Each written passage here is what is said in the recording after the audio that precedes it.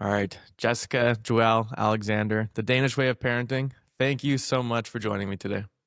Thank you for having me. Of course. So, talk to me a little bit about why was parenting an interest of yours? How does the values of Danish society connect with parenting, and what is it that you wanted to explore when you first kind of had an interest in this subject? I mean, my background is psychology and I've always been interested in different cultures.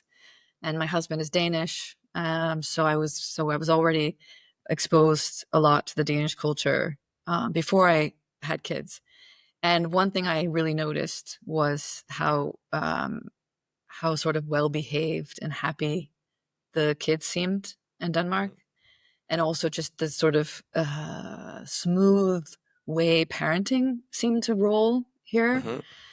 And I had been aware of it for a long time. And then I think I even made a joke at one point to my husband that if I could have a guarantee that we'd get a Danish child, I would, I'll sign up tomorrow. Hmm. Yeah. Uh, and so, but I really, really was noticing it. Hmm. And then when I got pregnant with my daughter, my first child, I was put on bed rest for many months, and so I read just like, I swear, like, I mean, a Yeah, take the library. time, may as well. I mean, so many books. Hmm. And what I found after she was born was that I started to prefer my Danish in-laws and friends and husband's advice to all of the books. And slowly I just stopped going to books. I just was sort of, you know, this became my kind of like go to way of doing things. And they all seemed to just like know what to say. And everybody was saying the same thing. Um, and at the time I was actually I think I was living in Italy at that time. And so I was slowly beginning to just utilize this, right? Hmm. And I was also noticing how different parenting was in places. So like, So, what was the, sorry to cut you off there, but what was the like preference of in-laws? Like, talk to me about, I guess, like, was it the way that they were interacting with the kids, maybe like expectations? Was it like the way they disciplined? Like, what kind of, like, I guess, like, that was clearly like a key kind of takeaway for you. So, what was that kind of about?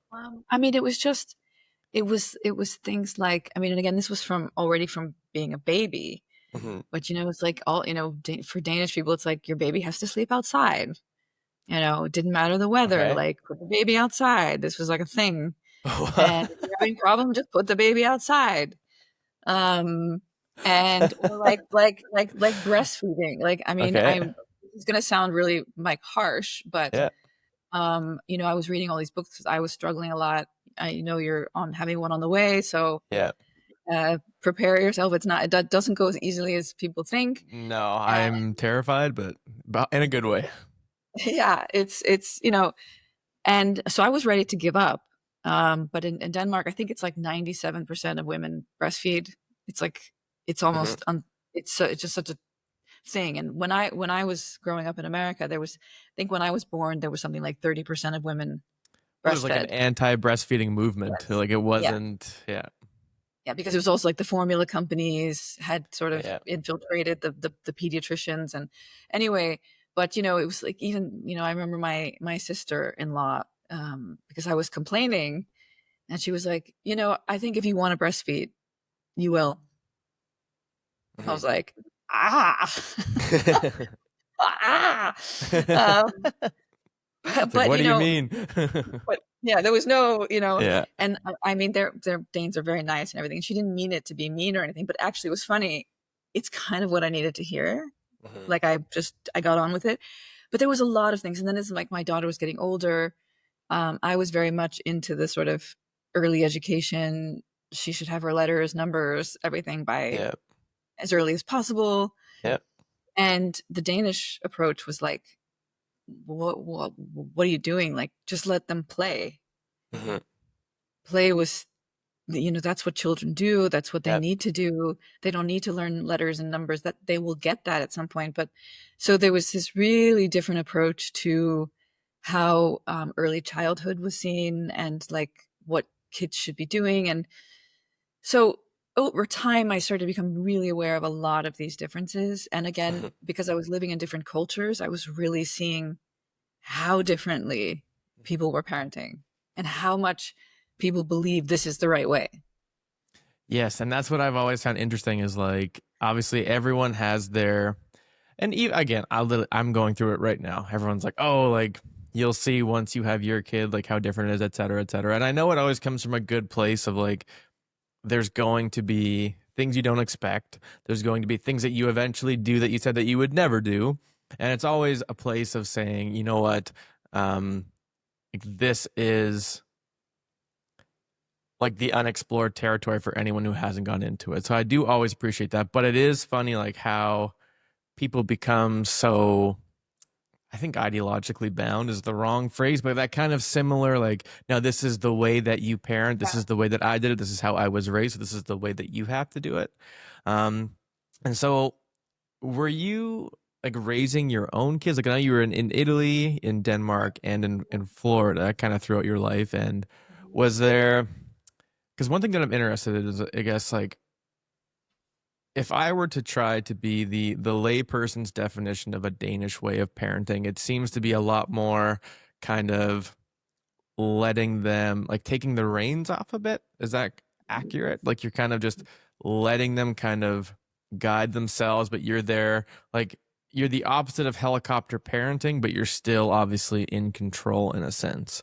So in kind of what you've researched, is it like is there like an American style of parenting? Is there an Italian type of Yes, parenting? Is there a definitely. Chinese type of parenting? And so I guess to me, when I think about different like major differences in cultures around the world, like I think of North America kind of having its own kind of microcosm. I think about, and obviously that's pretty vague considering the US and Mexico are obviously Yeah. very different, but we lump North America together. But for sake of argument, but then you've got like Europe, and you've got Africa, then you've got Asia, and kind of like India as its and China and Japan. So I guess talk to me a little bit about like what does it mean? Like what does a parenting style mean?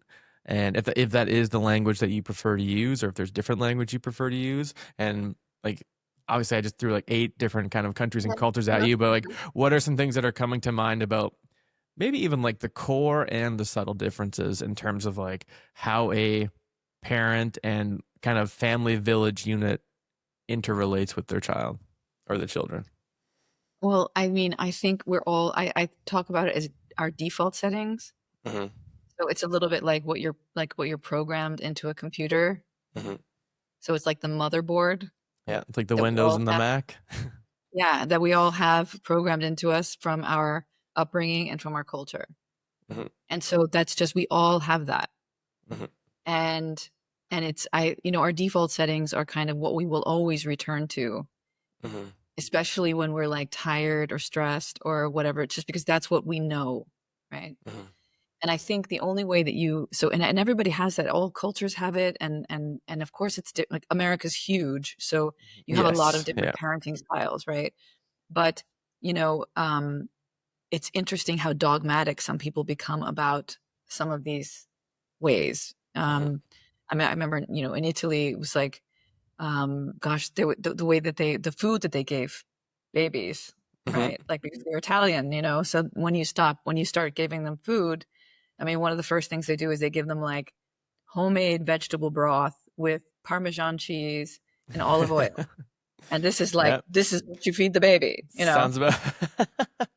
So it's just funny. It's actually funny. It's interesting when you start Hmm. seeing like, oh wow, they do it like this, and this is like how they did this. And what's also liberating about that is you start to go, oh wait, hold on, what do I think? And why do I Yeah. think the way that I do? And is there something I would change if I could?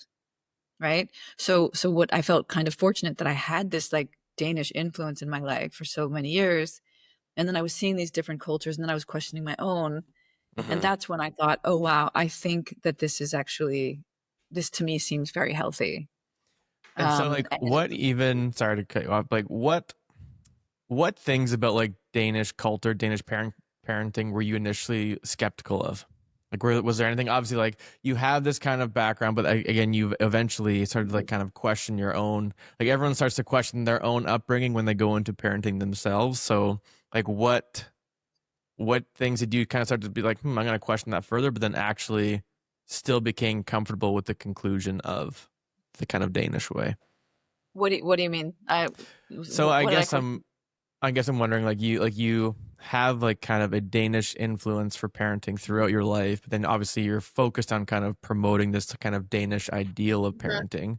Was mhm. there anything like I guess for example, like I was kind of raised like very kind of small town, kind of Christian, and so I guess I would question the belief like do I have to push religion on my kids? Like, was there something in the Danish way that you're like, okay, something here kind of needs to be questioned, but actually upon further exploration, you're like, oh no, this actually is something that I would still believe and tell others to kind of be something to consider to implement or to Yeah, practice so themselves. yeah, I mean, one of the biggest ones is I think in the US and many cultures, we're kind of obsessed with education and like, Mhm, I mean, like learning early and being smart. And I mhm. think they say that like Americans use the word smart, talented, and gifted 30% more than other cultures.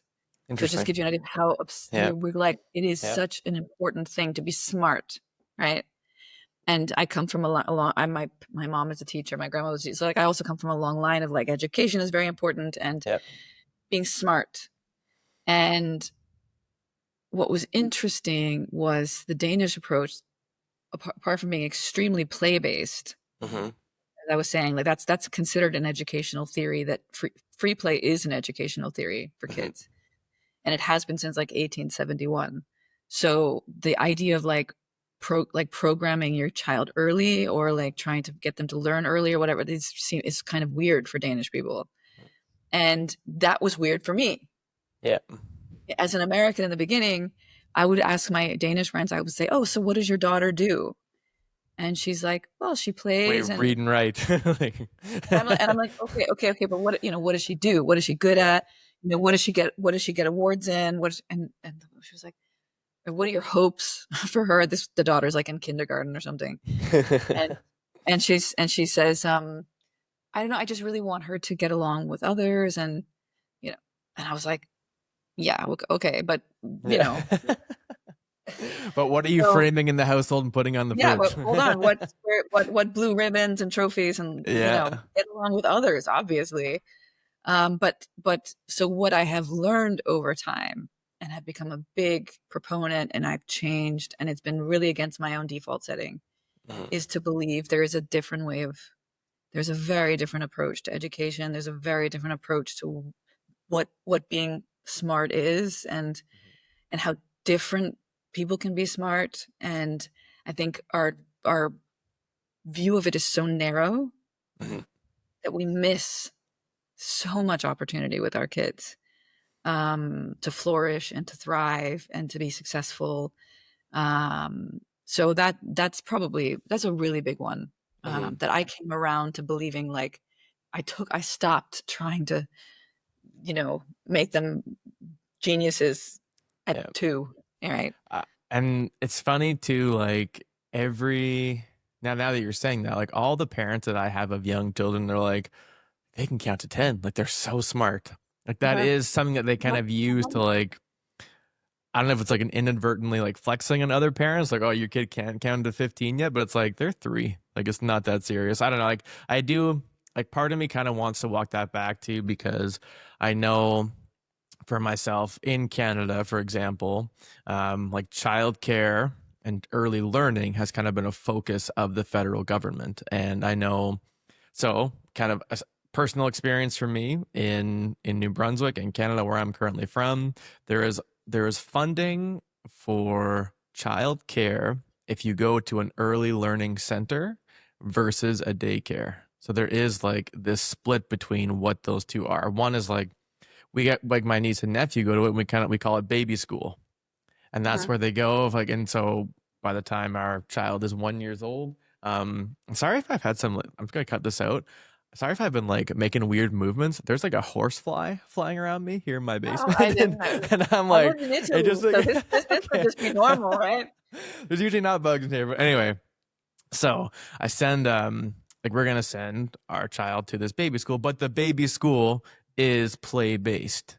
Now Yeah. I don't know the definition of what play based means. Probably varies from institution to institution, but it is interesting to hear more about that. Like we need to kind of give them like all their sounds and their letters before they get to kindergarten, even though that's the kindergarten curriculum kind of thing. Um, but then on the flip side, like the more I've kind of learned about the science of reading is like if you're actually behind in reading by the time you get to grade three, there's like a Matthew principle effect that you could actually exacerbate those learning losses throughout the course of their lives. So again, that's kind of the, I guess, to play devil's advocate for like trying to make sure your kid doesn't get left behind. And I'm also kind of wondering too, and this might be like implicitly obvious and kind of what we're talking about is how does the relationship with what it means to be wealthy change the way you start parenting from an early age? Because I get the sense, kind of culturally speaking, that like what you hear about the kind of Scandinavian countries and even like I think Italy, for example, to kind of play on your um, history there is it's a bit more collectivist minded. There's not as much like wealth is not something that you use to kind of show others what you have. It's like what the community has in general. Have you given much thought to that like kind of relationship with wealth in terms of how we actually start the parenting process and like because again I think it's I want them to know their letters and numbers and sounds by the age of 18 months so they Uh-huh. can go to Harvard. Like that's kind Uh-huh. of like the Yeah. the end goal is kind of set for them. So I guess like what are your thoughts there? Yeah. Well, so I can say that it's only recently that I'm actually really experiencing the Danish system because I've lived Mhm, abroad for so many years. So mhm. when I wrote the book and any of my work, really, it's kind of about how to use the Danish way outside of Denmark. So, um, I think that's why it resonates with a lot of parents because it is a cultural comparison, and it's only now that I'm really experiencing how different it is here in the country as a Okay. parent, right? So I've been using it outside, and in Italy, Italy's actually very individualist. So, Okay. um, so in some ways, it's a lot more American, I would say, Okay. um, except for the food. Well, yeah, and I Um, guess I think of Italy as like these strong kind of like I guess I think about like multi-generational households and just different uh-huh. styles of living that are more family, like bigger family units rather than like every single pair of people has to have their own big house and like their brother and sister have to have their own big house versus I guess that's kind of the split. I'm kind of like I Yeah, know so it is a bit more Americanized, but that's different, for sure. But I think like this thing about wealth and stuff in Italy, that's it's similar. Like, okay. it's in whereas in Denmark, it is definitely different. Hmm. In Denmark, it's much more. You almost don't. You wouldn't brag if you were rich. Hmm. It's seen as almost, yeah. It's like it's the opposite. Hmm. Humility is highly valued. And that's also something I've always really liked. I mean, Yeah. I think that's also why people generally like Danish people because they tend Yep. to be very humble. People like humble people. Yep. And even if it's it's really weird for Americans because we're literally taught, get out Yep. as soon as possible all the things that you can do so people know who you are, right? Yep. Whereas for a Danish person, I remember when my husband met my family for the first time, my sister was there with her husband and they were talking a lot about like all these things they'd done and trips they'd done, and I was feeling so stressed because I wanted my husband to share like all the things he had done. Like he had done so many cool things and I was like really wanting him to speak up and he didn't.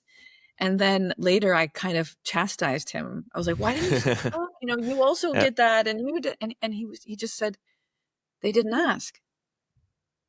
That's very And I was powerful. like, they didn't Yeah. ask. Like that is There you go. Right.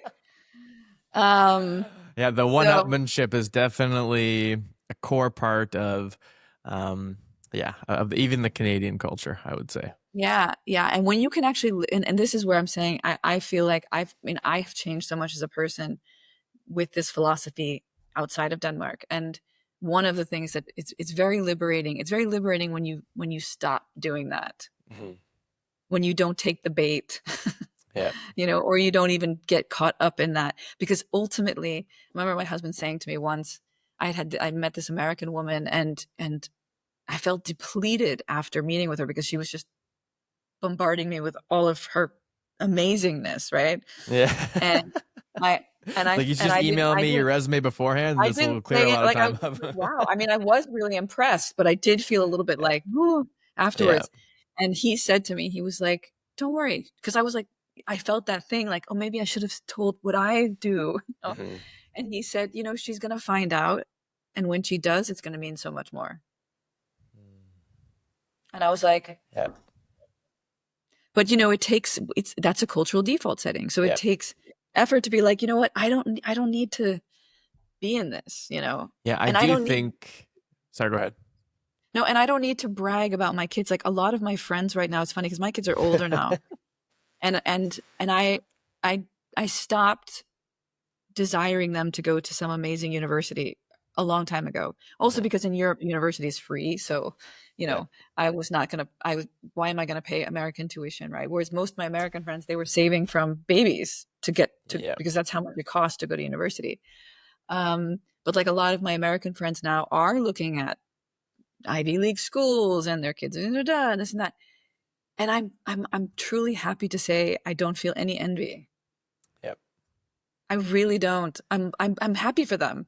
Mhm. And my kids are going to be doing something very, very different. But I feel strongly that that's what's good for my kids. And if they burn to go to Harvard, they can figure that out. Yep.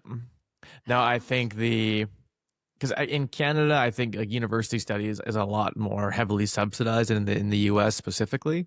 We're kind of, I think, in the middle of that like European distinction, but I do think we almost put. I guess it's something I haven't really thought of, like how much pressure we put on ourselves for our kids to be good, or for our kids to be good at something. Like, again, growing up myself, like all my friends, like it was the parenting goal that the kid play for the good hockey team, or the kid to go play for the good basketball team or the good volleyball team. And like how quickly are they rising the ranks, kind of, I guess, metaphorically going for how fast they're going to grow up the ladder later in life and careers, and kind of that like pushing that onto them from an early age. But I do think some of the kids who are usually the kids that are actually the best at what they do are usually pretty humble, which I think always kind of comes back to like, oh, it actually speaks so much more that they're not just kind of putting it in your face of what they're doing.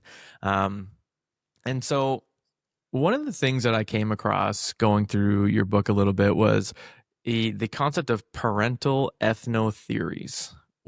Tell me more about that. What is it? How does the knowledge of what a parental ethnotheory help us in our parenting mission, I guess?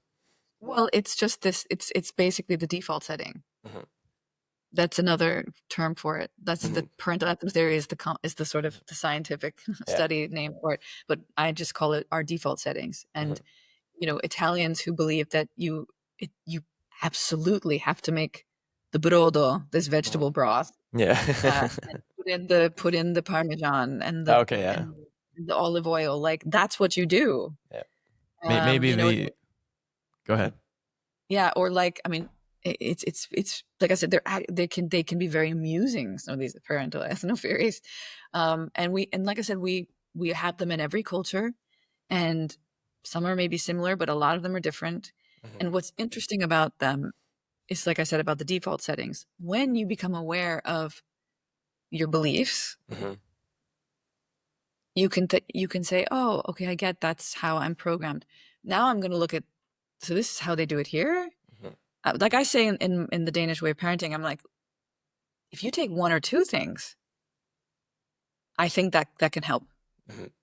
Don't do what's right for you. I don't think there is a right way. I think there's a Mhm. lot of right ways. What's right for you is the best way. Mhm. Ideally, good for your child as well. Um, but it's very interesting when you can look at other cultures and you have the awareness to take off your you know your glasses, the way you see Yeah. things, the prescription, the way you see things, and try on another pair of glasses and see, oh, okay, that's also nice. That's different, but I want to incorporate that into my parenting. Yeah, and so I think especially with default settings, because I think for me, I won't know what my default settings are until the first time. Obviously, you have your own kid, like you have all these visions of what you think your parenting style or what your vision of what you want your kid to see you as dad means to them. But when it comes to default settings, how much have you looked into like punishment styles? Because I know this is like if I were to speak on like when I think about punishment for children, it's like removal from their routine is usually like the main punishment. That's kind of like the overarching, like you take away their phone, you take away their iPad, you ground them. Obviously, you go into physical punishment, and obviously, for sadly for a lot of people still. And I know that like there is definitely this smooth kind of non-reactive almost like by being non-reactive you are almost inherently proactive as a Danish way if you think I'm accurate in saying that. And what have you come across in terms of discipline for children in your kind of different Yeah. places that you've been and Yeah. lived? Well, this was one of my default settings that I had to work on. This was maybe the number one. So I had a couple of things that I really wanted to change for my own upbringing. So in my upbringing, spanking was part of it Hmm. and very authoritarian, and I was one of those parents that like, and in the US it's still very prevalent. In Italy, Hmm. people beat the crap out of their kids all over the Well, because place. it's like inherently encouraged. They're like, no, no, you gotta like smack. I mean, being Yeah, from yeah, Newfoundland, it's like smack them on the arse, and that'll whip them into yeah, shape. And it's like, yeah, what? Like, we're exactly, not supposed to do exactly. that. So, but I had not like thought about it before. Hmm. But I was very much like I had these talks with my husband, like, how are we going to discipline? How are we going to discipline? And he was like, What is your obsession with discipline? It's like you You gotta know, chill. he's like, we will manage issues. Mhm. Like he couldn't understand. Like I was immediately, it's like, how are we going to punish? How are we going to discipline? And so the Danish approach is much more on like managing things, not on punishing. Mhm. And the other thing I learned through these discussions, it's not that I set out like, oh, I'm going to hit my kids, but Mhm. but if you don't challenge that and you did grow up with that as part of your upbringing, you will do it. Yeah. Very likely, unless you really make an and I having grown up with that, like I understand, and I have a lot of empathy for this, because if you don't know anything else, that is the only tool you have in your toolbox, because there's Yeah. no training for parenting. You only get training from your own upbringing. Yeah. And so I was like, so it was only when talking to him, and I talked about how I was raised and he was raised, and I didn't have any issue with it. Like I thought I was one of these classic parents that was like, well, I turned out okay. Yeah. Uh, my sister was very hurt by it. Mhm. She was not okay with Mhm. it. I was different. But like this is a bit like saying, yeah, I smoked my whole life and didn't get Yeah. cancer, so Yeah. who cares? But it's Yeah. not. We know it's really bad. We know it's so damaging. And what I discovered through him, and then my research, is that spanking or hitting at all has been illegal in Denmark for like 30 years. Yeah. And so it's an unthinkable way of educating a child. And this was like, you'll get arrested if you hit a kid Yeah. here. And so that was like, wow, okay. And then I realized, I told you how well behaved kids are here and how Yeah. nice and happy and serene. And I'm like, oh, wow, you can get that with a very different Mhm. approach to discipline or Yeah. Well, education, as I we was even gonna say for myself, like one of the main things I've even as like a teacher myself, like I never want to yell or scream. I know sometimes like to regain the control of a room in a teaching setting, like you got to elevate your voice, kind of bring the noise down, and that's your attempt. But because like one of the things that I find like was something I've always said to my wife, and I was like, I don't mean to sound like a psychopath here when I say this, and it's like I don't think it's gonna bother me when my kids cry. And like because to me it's like, okay, that's what they do. It is their job to cry, and it is their job to be emotional. Like, and I think that I've tried to at least consciously make an effort to make sure that I don't just automatically react to whatever they do. Now, obviously, when they do it for the 58th time, obviously I'm a human. I'll Mhm. likely react to my default settings in some way. But I think even for like people that I know, or that I've come into contact with, that like they're like, oh, like I started spanking my kid, and it worked for like 2 weeks. And now when I threaten the spanking, they're like, do it. Like they have no like the fear is gone. So you're kind of like you're kind of going for like you're trying to establish some sort of, maybe like trying to I don't want to use the word like capitalize, but you're trying to use fear as a mechanism to prevent the negative behavior. And so I guess and so yeah, go ahead. No, I would say that in Denmark, a parent would almost feel like a failure if their kids fear them. Okay. They they want their kids to respect them. They Mhm, don't ever want their kids to fear them. mhm, And this is really different. So sometimes when I'm giving talks, I think Danes sort of the parenting style, they almost see themselves as a lighthouse. And so they send clear, consistent signals mhm. to let their kids navigate their own journey.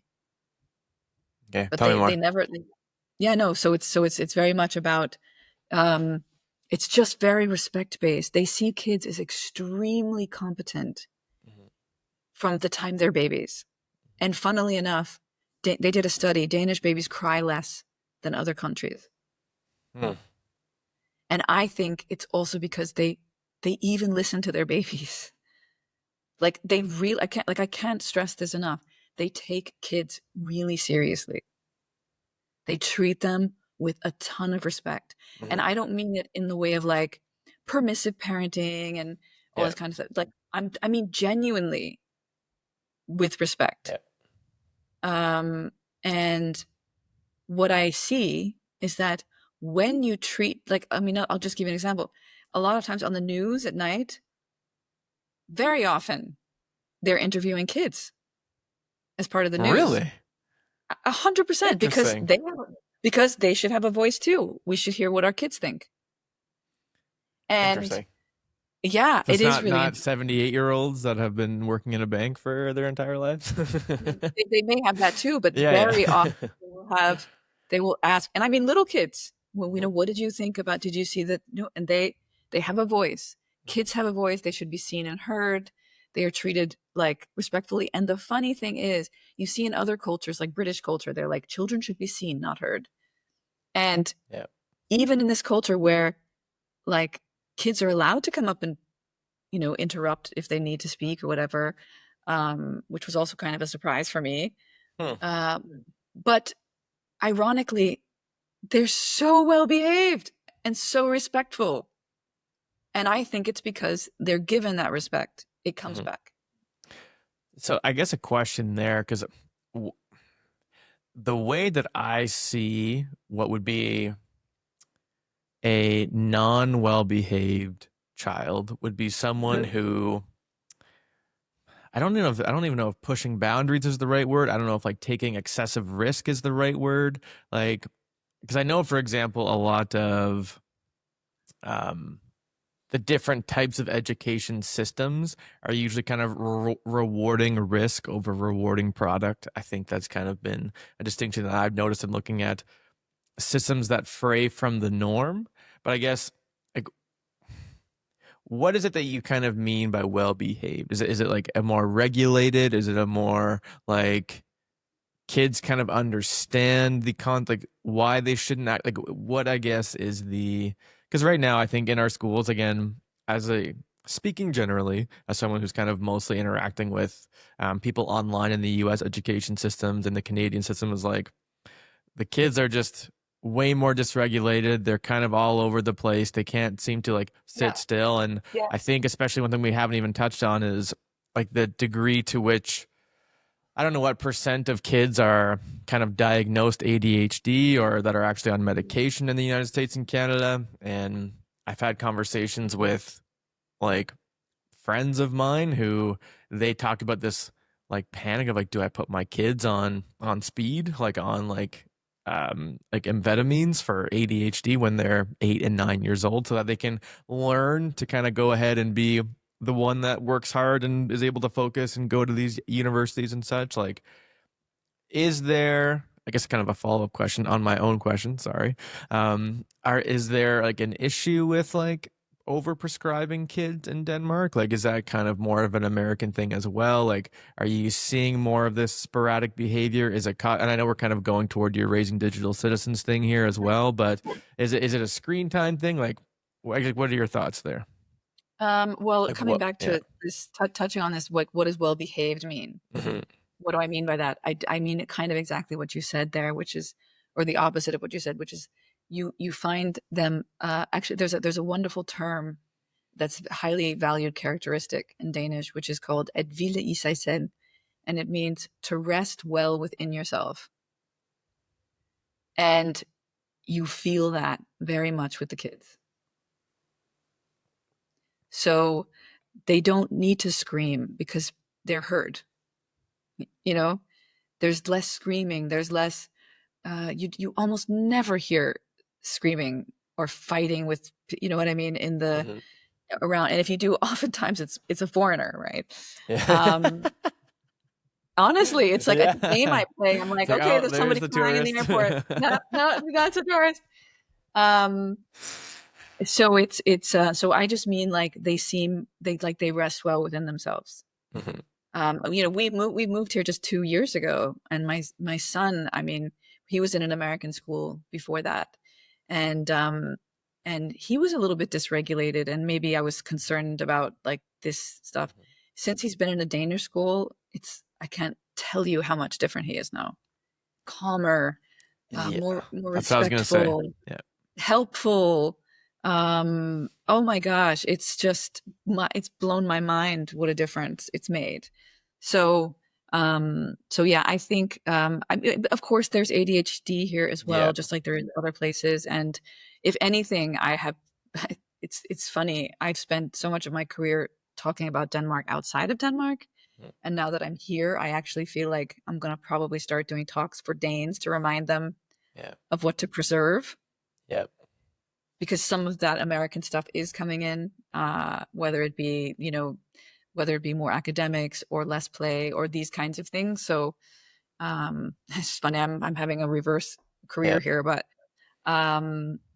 yeah. So I don't know if that answered all of the questions, but Absolutely. And I'm almost kind of thinking too, like in high school and middle school, even in my own experience in Canada, and which is again speaking very generally, I know there's different schools. Like all we can do is kind of try to weed out the generalities here, but like the social reward was always like not caring.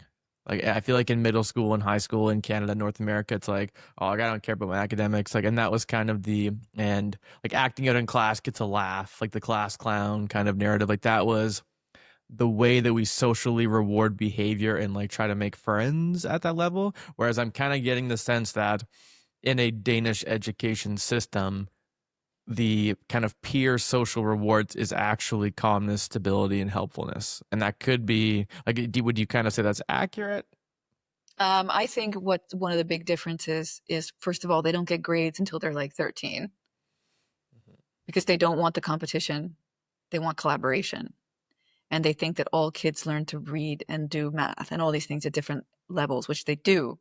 Yep. And so this allows them to focus all those early years on I mean, it's a very different way of learning Mhm. and a very different view of smart and a much more broad, like they see that they believe that all kids are good at something. And so they try to put them in a lot of different situations so that the kids learn how to see that everybody has something to contribute. Do you know what I mean? Yes. And so So I this is mean, kind of, it's really different. yeah. Okay. It's And like, no, this is exactly where I wanted to go because I think in a weird way, kind of starting to plan, I've noticed like in the past couple months, I've kind of made a personal change of like what I want to focus on kind of in my career, kind of looking at comparative education, I think, and in the ways that we kind of set up educational structures around the world. And I don't know if maybe I'm partially influenced by my preparation for this episode to kind of see like, because what you always hear is okay, like the US is the stereotypical pinnacle of individual wealth, and like the like a capitalism American dream is kind of commonly professed. But then you look at things like, oh, it's actually Finland and like Scandinavia in general and Japan have like much Yeah. better educational outcomes overall and like way lower rates. And I mean, Denmark is always the number one in happiness worldwide. And I know like there's always like, oh, well, like what does that actually mean? And I think sometimes the criticism of like the application of Danish methods, the number one thing I've always heard about the replication of the Scandinavian model in other places is that it's generally more monocultural and it's a lot smaller. Meaning, like the US, you have again almost Yeah. likely 400 million people, and then like some of these countries in Scandinavia, you have like between 5 and 10 million, which I can understand. Like I understand, like you Oh, can't just copy and paste no, anything into another no, culture, but absolutely not. especially with your own child, they're going in, sorry, was it an American system to a Danish system? Is that like Yeah. the split? Yeah. What have you learned? Because I guess when I think of differing educational systems in North America, I think of like charter and private schools. I think about like even Acton Academy that you and I were discussing before we started. I think about like the Rise and Alpha schools where they're kind of doing like 2 hours of academic work, but like the rest of the day is actually personal projects and entrepreneurship and collaboration. Again, that's kind of like I think also feeding into this. If your kid doesn't have a $2 million startup business by the time they're 14, it's like it's kind of a weird, different type of competition, but Mhm. earlier on. So I guess what have you what have you recognized, or what is like if your kid enrolls in like is it kindergarten? Do you guys do like grades? Like what is the actual Mhm. difference in the educational system makeup in Denmark that you think could actually be effectively replicated in other contexts? Well, actually, I wrote a book called The Danish Way of Education, Okay, I and did it's not know in that.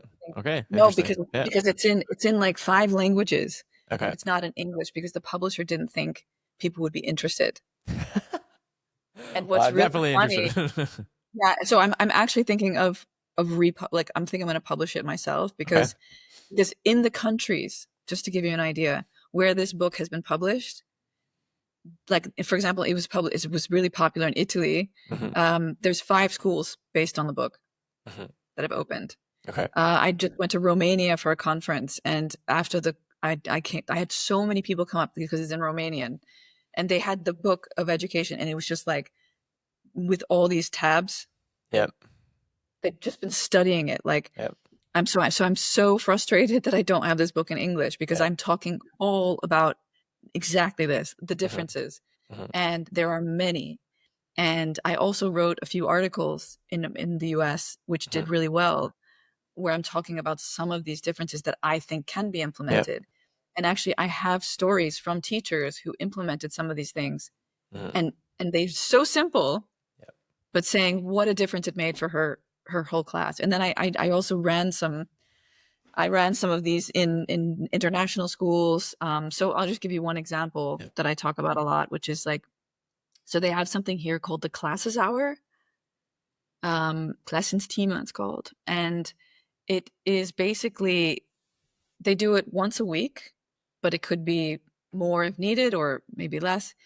And the idea is they come together and it's all about focusing on the well-being of the class.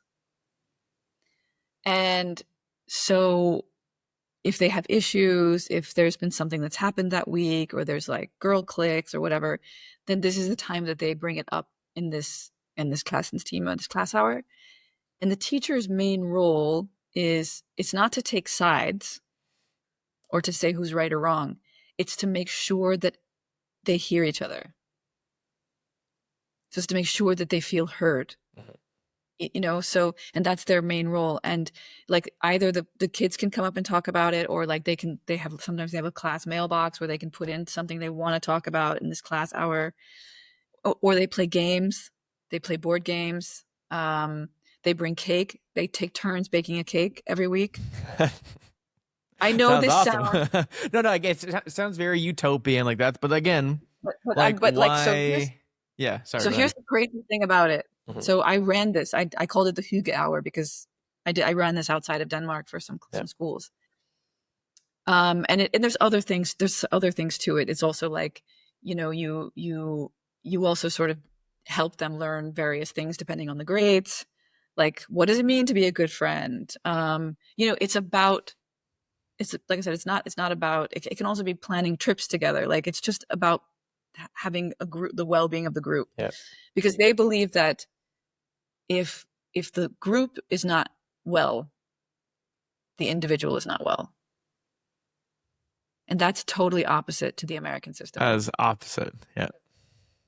And so, but I have seen literally, so I ran this, I did a pilot project in an international school for a third grade class, fourth grade class. Mhm. And we did this Hygge Hour, and we only did it for I think we did it for 3 months. And first of all, we discovered some bullying that was going on that the teacher had absolutely no idea about. We dramatically helped not only fix some of the problems in the class, but it became the favorite thing that they looked forward to every single week. At the end of the school, like all the other classes started to notice. Oops. Right.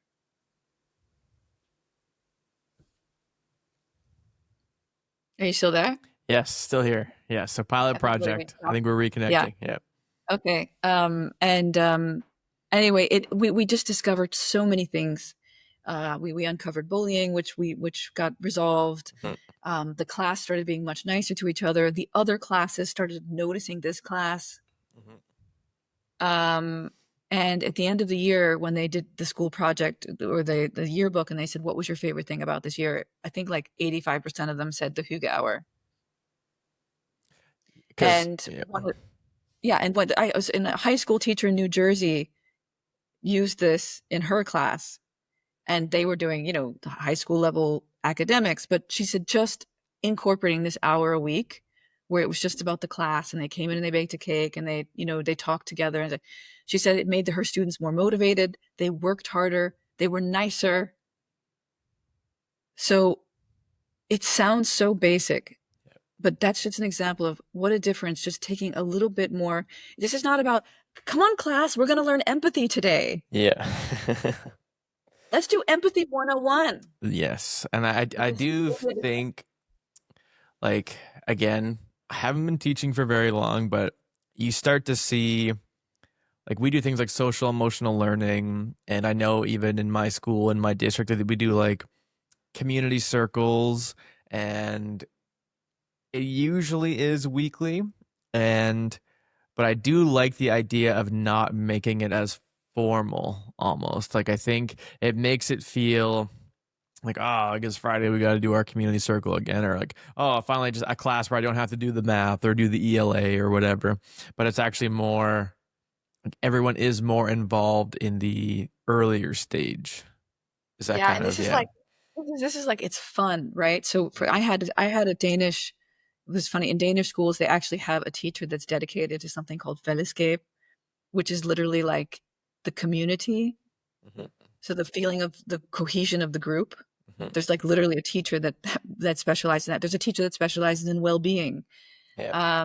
And so I had these teachers coaching me for how to run this class, and it was always like, because they all very, very often they play games. They love Mhm. to play games. That's very Hygge. And this class hour is also very much about addressing, like, it's nothing to do with academics.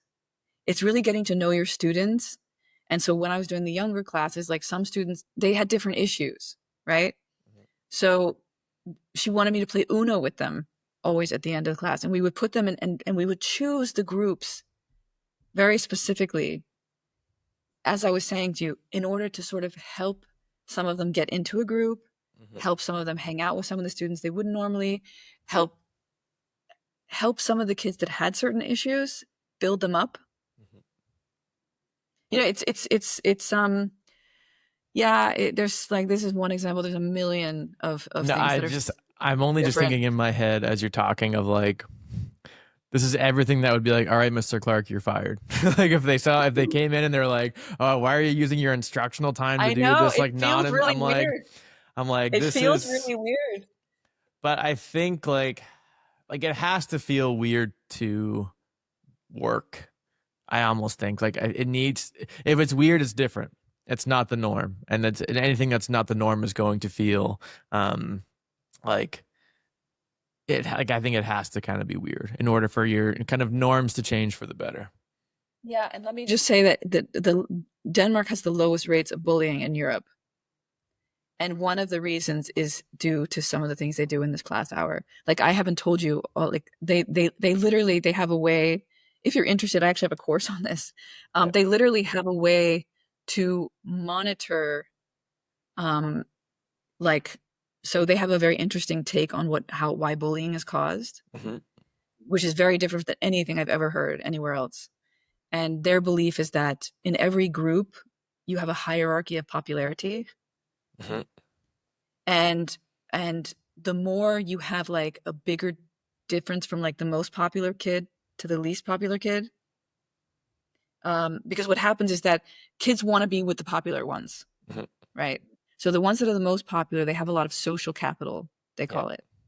The more you go down on the list, you can almost become like they don't even want to touch you because Yeah. they'll lose social capital, Yeah. right?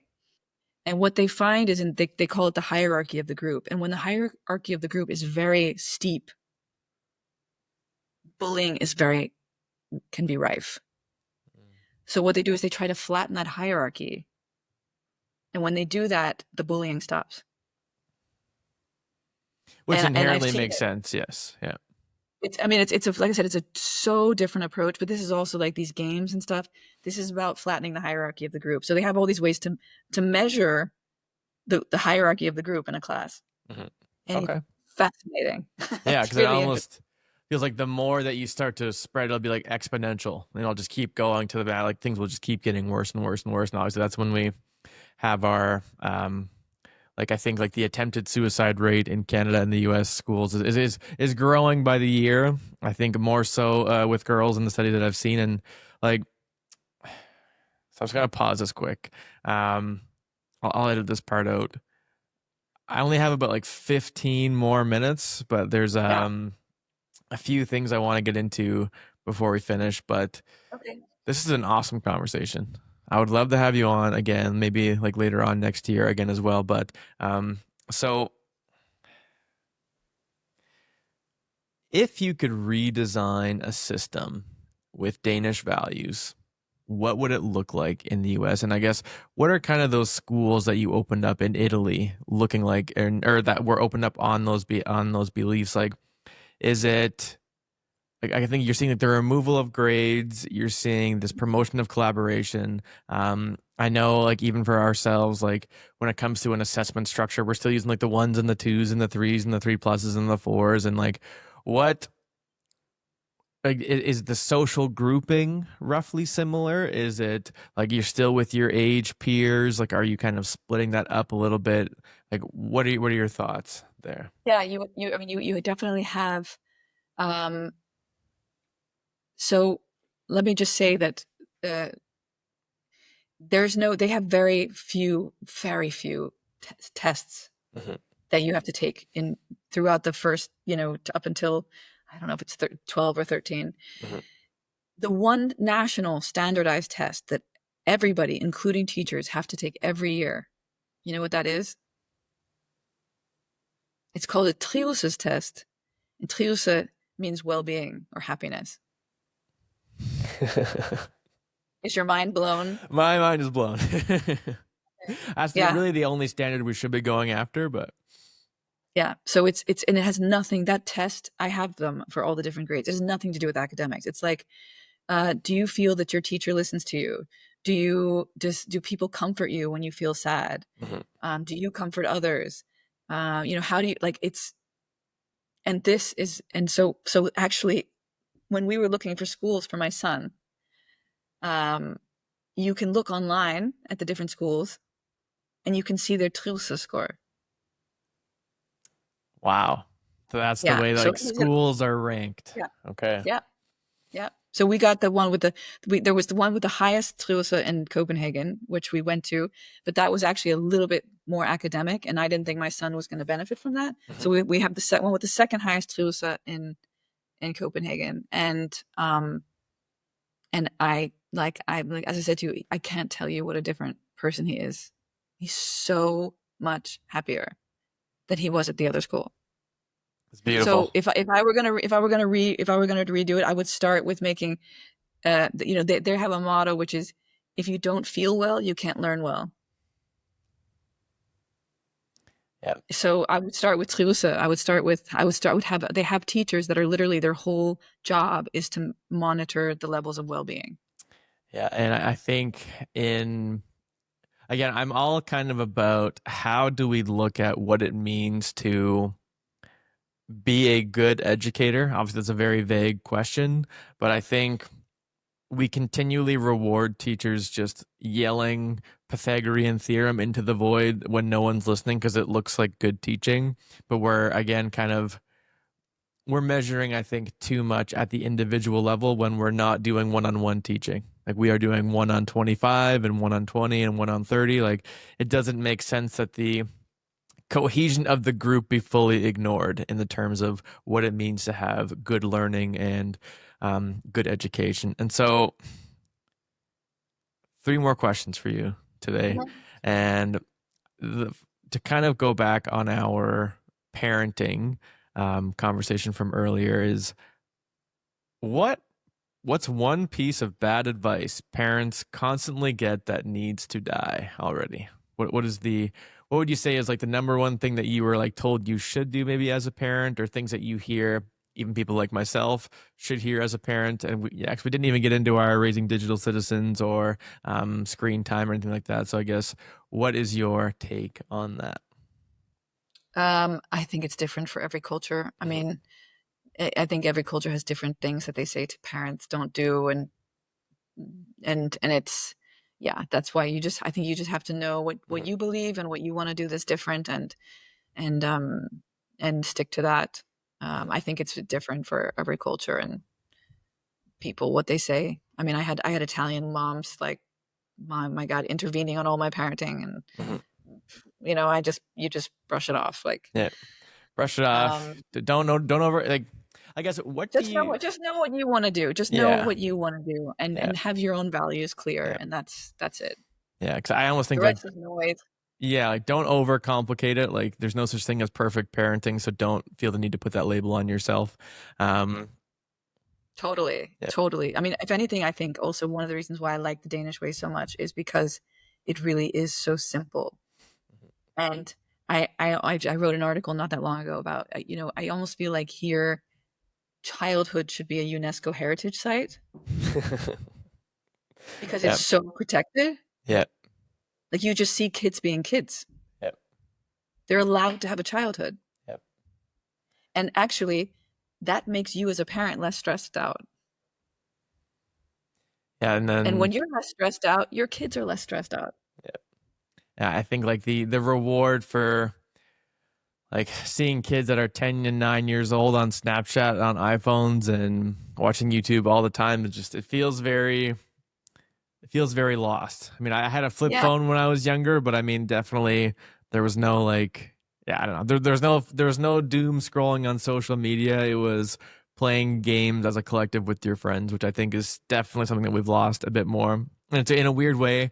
I think our collective learning through games and sports has also become like increasingly more competitive. Like for example, just recently, we like our team that I was helping coach, like we lost all of our games in a sport I was teaching, and one of the students after was like showing everyone the one play that they made on Snapchat that was recorded, and I'm like, we lost every game, and they're going like, oh, like look at this play that I made, and I'm like, well, that's not and I think that's probably kind of a microcosm of the entire system. It's like, oh, like everyone else in my class is failing, but I got a 93 on this test. It's like, well, what are we actually doing if Yeah. collaboration is kind of the goal? But, Well, and I mean, yeah, I'll just yeah, say then, like, just so that I do mention it. I mean, this project of raising digital citizens, um, we have made this very much based on the Danish approach. Mhm. And the sort of idea behind it is, yes, so to continue to have kids have a childhood, but also to help parents have a relationship with their kids Mhm. and an attachment with their kids for the digital world. Mhm. So it's very Yep. much based, like the Danish model is really like it, they see it like, we have to teach our kids to be good people in the world, and we know how to do that. We tell them to cross the road, we tell them to, be nice, to be respectful, right? But when it comes to the digital world, we actually don't have any tools to Yep. do that because we didn't grow up with it. And so there's a lot of talk of banning, and it's all horrible, and it's black and white, and it's shut it down. And I actually agree with a lot of that legislation, Mhm. and it's not going away. And we really need to have a relationship with our kids so that they're protected when we're not there. Yep. And that's the whole sort of approach that we're doing. We're also trying to get this into schools because I feel like it's a massive missing piece in the screen time, that we have an in-person attachment, that requires a bit of effort from the parents, but makes a tremendous difference in your kids' safety and well-being. Well, yeah, because I had something I was going to say on the screen time thing there, but I can't remember. Uh, that's okay. I'll remember it for a future time. But and so the last kind of two quotes here is that I was gonna say, like, for seeing social media as like a bad and like everything is like poisonous in the digital world, but it's like you and I would not have connected if not for the internet. And so that's like kind And of like I'm really trying to like see the opportunity in the good, because like I've had an amazing time having this conversation with you here today that I would not have had if not for these tools and programs. And this is what we're trying to help. We've given parents a tool in order to create this relationship and also connect with their kids, because we have no way, because we're so scared of everything. Many parents are not connecting. We're missing opportunities, and we Mhm. forget, like you're saying, like there are a lot of things in our, this is where the jobs are going to be. Mhm. This is where, and so I think what we take for granted, that our kids know how to be uh, critical thinkers, empathic, know how to handle texts, know how to so many things, that it's just about being a good person, because the apps will change, AI will change, Yep. but what it means to be a good person Mhm. doesn't change. Yep. And that's, I think, what we really need to like have with our kids, because there are a lot of amazing things. We just need them to be safe and Mhm. careful and have trust. Yeah, I think that being, especially as things like I don't know, no one knows where AI is going to take us in terms of its impact on the job market, but I think all it shows is that you need to be someone that's even more so that people want to work with versus what you actually know coming into it. Because I think what I'm kind of hearing a lot in kind of every market now is like, there's the certain things that like, okay, like, yeah, I'm going to onboard you for this career. Like, I can teach you a lot of the practical skills in the first year. But if you're not someone that I want to work with for that first year to teach those practical skills too, that's kind of where we start to see the weeding out. And I think that's kind of what I think you're building on there with that. Would you say that's kind of an accurate statement? Mhm. Yeah, I mean, it's really like, I mean, I let's just say it was something I needed with my kids before I gave them phones. Mhm. And we call them the crucial years. There's so many years that you're not having a baby yet, so you're far Yeah. away, but like let's say like age sort of 9, 10 to 12, Yeah. your kids are still listening to you. Yeah. So if you can start having these conversations, and you start building a relationship, so that they know they can come to you, so they know that you're not just going to shut it down or take it away, or you know uh, this is far more protecting Mhm. than if your child would never come to you because they're not allowed, or they're this, that, and the other, because we know that actually the most dangerous situations are when kids sit alone with something. Mm. And the only Absolutely. way that you avoid that is to create an attachment in a relationship. But like I didn't have tools, and so that's kind of like what we've built, something for parents to be able to bridge the knowledge gap. And yeah, and I think it's very powerful, and like I said, not very talked about, because it's much easier just to say everything's so scary. Yeah. And then like, but again, then you kind of embed your own fear and put that onto your own kids. So Absolutely. I think that's most of what the mistakes in parenting is, the accidental passing on of the same fears of your own to your child. Um, but last two is there's quotes that I kind of always wrap up every show with, and the first one is I see you as someone that's like very successful and like a pleasure to talk to. And the quote is, "Do not let school get in the way of your education." And so the question to follow up that quote is, what do you think are some of the things that you think you have learned that have helped you become successful that you would not necessarily have learned in a classroom? What are some of the things I've learned that I would not have learned? Well, I mean, I'm a little biased, but definitely the Danish approach Mhm, to life mhm. uh, has found fundamentally changed me as a person, and it's also been part of my success, Yeah. actually. And it's also, I think, been part of the success in what I said to you before, where I feel like I rest better in myself. And I think real well-being and happiness, it's like Denmark is talked about as the happiest country in the world, but most Danes, they don't understand that. They're like, what are people talking about? They don't feel Yeah. it. They don't get it. Mhm, But I think it's because it's this resting well in yourself. Because then you don't need external validation as mhm, badly to be happy. mhm.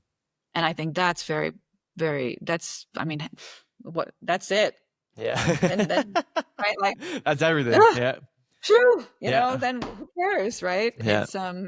I mean, it's a work in progress, but yeah, that, and I think also just traveling and being open and curious Mhm. and seeing different cultures has helped me tremendously, like more than anything in any classroom could have ever done.